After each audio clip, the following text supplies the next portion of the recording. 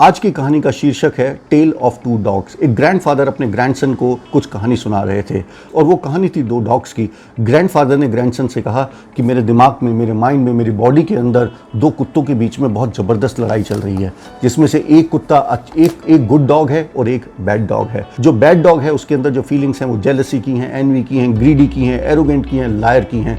जबकि जो good dog है वो जॉयस है, काम है, कंपोज्ड है, हैप्पी है, हेल्पफुल है, ट्रूथफुल है। और इन दोनों के बीच में बहुत भयंकर लड़ाई चल रही है और मुझे ये नहीं पता कि इस लड़ाई में कौन जीतेगा और कौन हारेगा। तो ग्रैंडसन की क्यूरियोसिटी लेवल बहुत हाई हुई। उसने थोड़ी देर तो वेट किया, फिर उसने अपने ग्रैंडफादर से पूछा, दद्दू कौन जीता, दद्दू कौन जीता। ग्रैंडफादर ने ग्रैंडसन की कानों में धीरे से कहा, इन्हीं डॉग्स के बीच में लड़ाई तुम्हारे बीच में भी चल रही है, तुम्हारे दिमाग में भी चल रही है, हर एक स्टूडेंट के दिमाग में चल रही है, हर एक आदमी के दिमाग में चल रही है। ग्रैंडसन को पूरी बात तो समझ में नहीं आई। थोड़ी देर वेट करने के बाद उसने फिर से ग्रैंडफादर से पूछा, दद्दू उन दोनों डॉग्स में से गुड डॉग जीता या बैड डॉग जीता। तो दद्दू ग्रैंडफादर ने थोड़ी देर तो वेट किया कुछ सेकंड के लिए और फिर उन्होंने जवाब दिया, the one you feed more. The one you feed more माने वही डॉग जिसके बारे में आप ज़्यादा सोचेंगे, वही डॉग जिस तरीके की फीलिंग आप अपने मन में, अपने दिमाग में, अपने माइंड में ज़्यादा सोचेंगे, ज़्यादा लेके आएंगे, वही डॉग जीतेगा। तो इसको अगर हम अपनी तैयारी से कोरिलेट करें, जब भी आप किसी भी कॉम्पिटिटिव एग्जामिनेशन की तैयारी करते हैं तो आपके स्टूडेंट के मन में बहुत सारे सवाल आते हैं। सिलेक्शन होगा, नहीं होगा, नहीं होगा तो क्या करूँगा।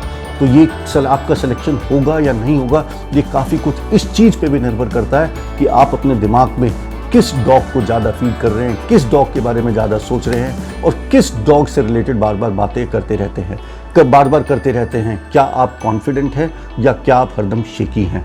क्या आप प्रोसेस में बिलीव कर रहे हैं, प्रोसेस ऑफ लर्निंग में बिलीव कर रहे हैं, या क्या आप सारे दिन सुबह शाम तैयारी शुरू नहीं की उससे पहले सोचने लगे कि सिलेक्शन होगा नहीं होगा। मैं बहुत सारे स्टूडेंट के साथ इंटरेक्ट करता हूँ, तैयारी शुरू हुई नहीं हुई, तैयारी अभी शुरू नहीं हुई है, पहली क्लास में हुई है या पहली ही क्लास हुई है, तुरंत उनके दिमाग में आता है मेरा सिलेक्शन होगा या नहीं होगा, नहीं होगा तो क्या होगा, मेरी लाइफ बर्बाद हो जाएगी। तो मैं सिर्फ आपसे यही कहना चाह रहा हूँ, एक माइंड सेट बड़ा इंपॉर्टेंट होता है और जब भी आप तैयारी करें किसी भी कॉम्पिटिटिव एग्जामिनेशन की, पॉजिटिव माइंड सेट के साथ करें। जिस तरीके के थॉट्स, जिस तरीके के बिलीफ सिस्टम, जिस तरीके का माइंड सिस्टम, माइंड सेट, जिस तरीके का इंटेंशन, जिस तरीके के विचार के साथ आप तैयारी करेंगे, निश्चित तौर पे आपको उसी की प्रोपोर्शन में सफलता मिलेगी। तो हरदम पॉजिटिव सोचिए और पूरी ताकत, पूरी शिद्दत से तैयारी कीजिए, पूरी जो कहते हैं ना जान लगा दीजिए। और ध्यान रखिए, सोच, हार और जीत आपकी सोच पर निर्भर करती है। तो आज के लिए बस इतना ही, मिलते हैं फिर अगली कहानी में। And last but not the least, I would like to tell you about my books Topper Study Hack, which is useful for students who are preparing for board, JEE and NEET, and Success Blueprint for competitive examination, which is useful for students preparing for banking, SSC, railway and defense.